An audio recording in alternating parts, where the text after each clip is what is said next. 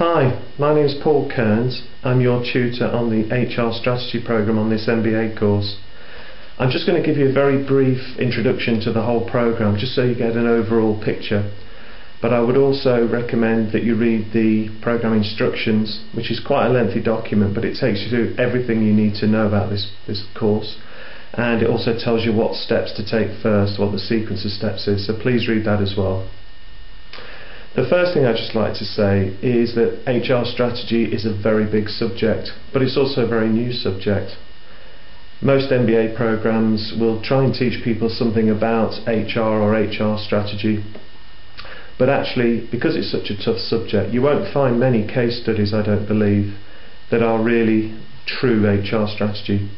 There is a lot of HR policies and practices, and we will go through some of the basics of HR management. How to recruit somebody, what you have to do in an HR team in effect to manage people in terms of their pay and conditions, and even things like whether you engage them or motivate them at work. But HR strategy is a much more all-encompassing concept.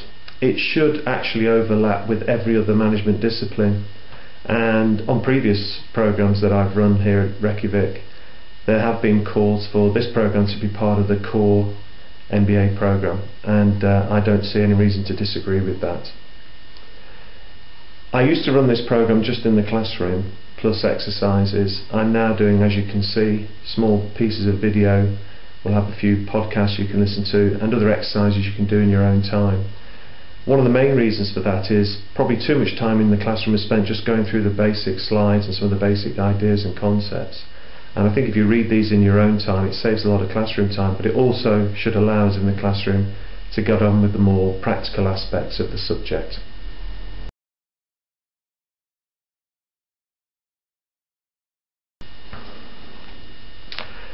Now I'd just like to give you a few of what I believe are the overall objectives of this programme.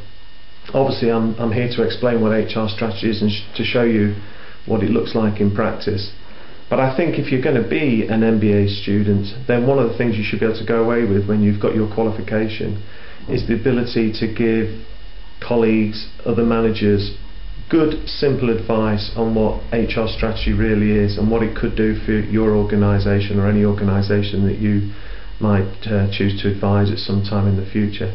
So this is not a theoretical programme, it does have some practical import. I also think that HR strategy, like any discipline, management discipline, should have its own set of tools and techniques, and I'll certainly be trying to teach you some of these tools and techniques, particularly in the areas of things like performance management. Obviously performance management as a subject's been around for a long time. I think one of the reasons it doesn't work as well as it could or should is because it isn't part of an overall overarching HR strategy. So some of the tools and techniques can stand on their own merits, but I'm actually going to be teaching them as part of the HR strategy. In other words, if you don't get both, it's very difficult to make something like that work. I also think that HR strategy should make a huge difference to any organisation. It should add a lot of value, but we'll spend quite a bit of time talking about what added value really means at the end of the day. And the final comment I'll just make, particularly talking to a group that will primarily come from Iceland. Iceland is a small country in terms of population, and the average size of a company in Iceland is relatively small compared to some large multinational organisations. I actually think HR strategy has something to teach anybody in any organisation, regardless of size and regardless of whether it's a commercial profit-making company or a public sector or non-commercial, non-profit-making organisation. I think there are some general principles, some simple rules of the game if you like, and if nothing else I'd like you to go away with those key principles and those key lessons from this programme. I also think, and maybe this is the overall objective, HR strategy is not just about making the organisation effective. I think it's actually about improving people's lives, their working lives, and also their economic value, so that generally standards of living can be higher than they would be without HR strategy. I really hope you enjoy this programme. I enjoy teaching it. It's a fascinating subject, and I'm sure you'll get a lot out of it if you put the effort in.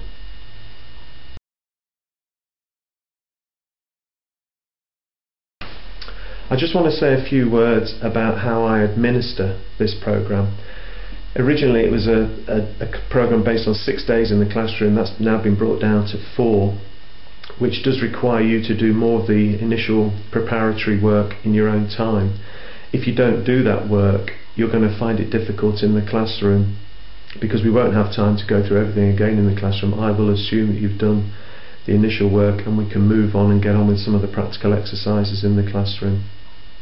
I think the other pressure is on how much time you might be allowed away from the classroom. On 6 days, I used to be reasonably flexible within reasonable limits. If somebody had an appointment or something they had to keep, I think really if we're only going to have not full 4 days, but 4 days in the classroom, I think you're going to have to be very disciplined to make sure you show up to all of the classes, and so you get the most out of them. If you miss anything, you could miss quite a part of the program. I also normally expect people to hand in assignments and exercises on time, and I tend not to impose any other sanctions. I do tend to make deductions in marks. So if you have any problems with any of the work that you're going to be doing on this program, please feel free to email me or even ring me if you have a minute. I'm happy to talk through any problems you might have, because I want you to succeed on this program. But please don't hesitate to speak to me if you think you can have any problem with the amount of work you do on this program. Okay, thank you.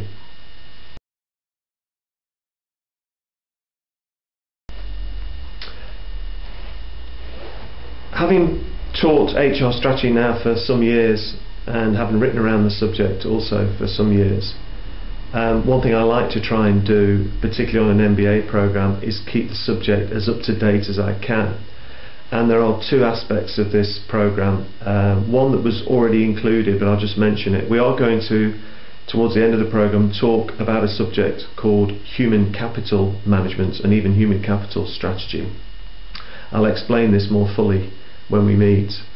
But this is really the next step on from what you would have called HR strategy a few years ago, and is very much about how organisations report on their human capital, how they audit their human capital, and whether they get much value out of their human capital. And actually regarding people as capital, believe it or not, is quite a new idea. The other aspect of this program, which is new, this is the first time I'll be covering this in some detail, is you may have come across the basic concept of evidence-based management. Certainly there's something on the reading list if you're interested in this subject. And the simple idea is, as managers, do we base our decisions on clear evidence? And if not, why not? That, I think, is a general trend. The American Academy of Management have been looking at this for some time, and it's taken this subject very seriously. And it's starting to come into the world of HR. So we're going to talk to a certain extent about human resource evidence-based management. Most of the work I've done for some years now has all been evidence-based. One of my great interests is in how you measure the difference that HR strategy makes. So it's always been based on producing some evidence. But I think we are seeing the latest thinking is coming around to saying we need much better and much clearer evidence. So hopefully you appreciate that this program is kept up to date with some of the latest ideas and thinking. And I hope that will make it a more enjoyable program for you.